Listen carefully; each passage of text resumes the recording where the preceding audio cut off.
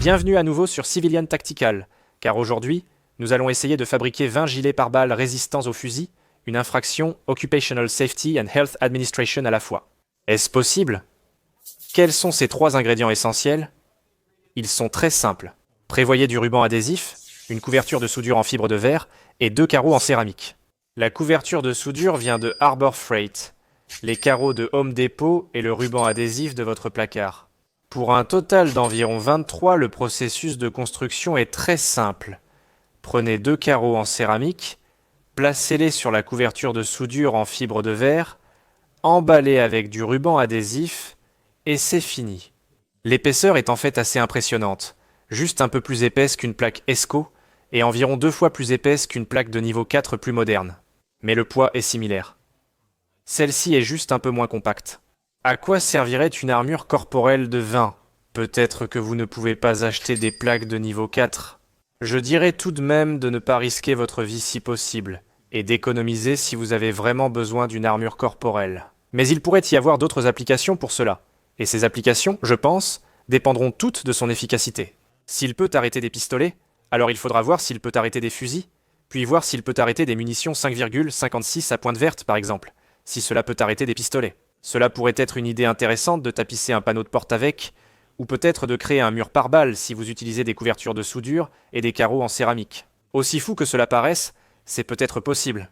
Nous allons le découvrir jusqu'au point où, si c'est suffisamment efficace, peut-être que vous voudrez l'utiliser comme gilet pare-balles. Utilisez un coupe-carreau pour faire des découpes et adapter à un porte-plaque.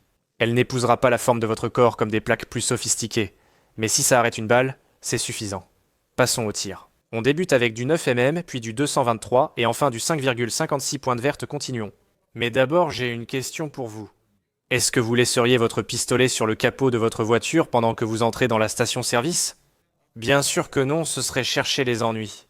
Alors pourquoi feriez-vous la même chose avec vos informations en ligne? Exposer vos données, c'est comme laisser traîner votre arme à feu. Ce n'est qu'une question de temps avant qu'elle tombe entre de mauvaises mains, d'où l'intervention du sponsor d'aujourd'hui, Aura. Il protège votre vie numérique, détecte les fuites de mots de passe, surveille l'utilisation de votre crédit, scanne les virus et demande la suppression de vos données chez des courtiers douteux. Le résultat, c'est une protection contre les comptes piratés, les cartes de crédit volées et ces appels de spam inquiétants que nous détestons tous. Alors arrêtez de laisser vos informations vulnérables aux violations de données. Rendez-vous chez mon sponsor dans la description. Oracom/Civilian Tactical pour obtenir un essai gratuit de 14 jours et voir si l'une de vos données a été exposée. D'abord, on débute avec du 9 mm tiré de notre Beretta APX, leur version cartoon a vraiment un super look. Très bien. On a touché presque en plein centre juste ici avec notre 9 mm et retournons là pour regarder de l'autre côté. On a eu une belle bosse, mais il y a beaucoup de rembourrage donc ça n'a pas traversé en fait, même s'il y a pas mal de déformations à l'arrière.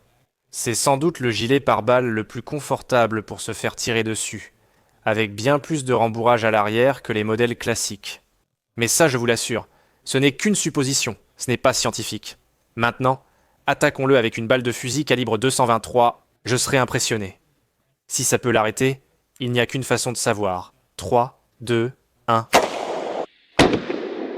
Nous avons assez réparti l'impact pour que ce soit un vrai tir, avec environ 6 cm 15,5 d'écart. En le retournant, on voit qu'il n'y a pas de perforation. Ça a quand même traversé le ruban adhésif. On dirait que je me demande pour cette balle. Je peux la sentir juste là, elle est juste au bout. Si je creuse dans cette fibre de verre sans gants, la voici. Elle a presque traversé et elle est incroyablement chaude. Donc pour notre pointe verte, essayons de viser un peu plus haut. Même si cette pointe verte passe, je reste impressionné. 20, et elle a arrêté le 223, et maintenant pour notre pointe verte, 556, tiré de notre PSA Saber AR 15. D'après ce ralenti, on va juste regarder les dégâts. Parce que, ouais, j'ai vu de la poussière sortir à l'arrière. Voici l'avant, je l'ai touché 2 fois, en haut et en bas. Le carrelage en céramique tient encore le coup, d'accord. Mais si on le retourne, on peut voir 2 sorties nettes de cette pointe verte, 5,56. Certains n'aimeront pas que je le dise, mais les munitions à pointe verte ne sont pas perforantes. Vous direz, comment est-ce possible?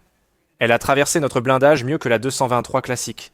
Mais le noyau en acier à l'intérieur est simplement un noyau en acier doux, ce qui signifie que dans certains cas, il fera légèrement mieux que la 556 ou la 223 classique. Les munitions à pointe noire contiennent du tungstène et sont très perforantes. Et nous n'avons pas utilisé ça aujourd'hui, YouTube, parce que cela irait à l'encontre de vos directives.